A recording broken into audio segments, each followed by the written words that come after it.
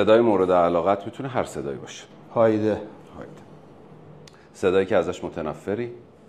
من هستی نه صدایی که از اون متنفرم صدای هیچ کس. اگزوز خاور آخه یعنی اصلا شروع میشه چه خبر آقا آهنگه ها میدونی که با یه کی تو محلتون دعوت نشده موزیکه قراره هزاران نفر گوش بدن. سپایه رپ کیه؟ 3 تا ستون رپ.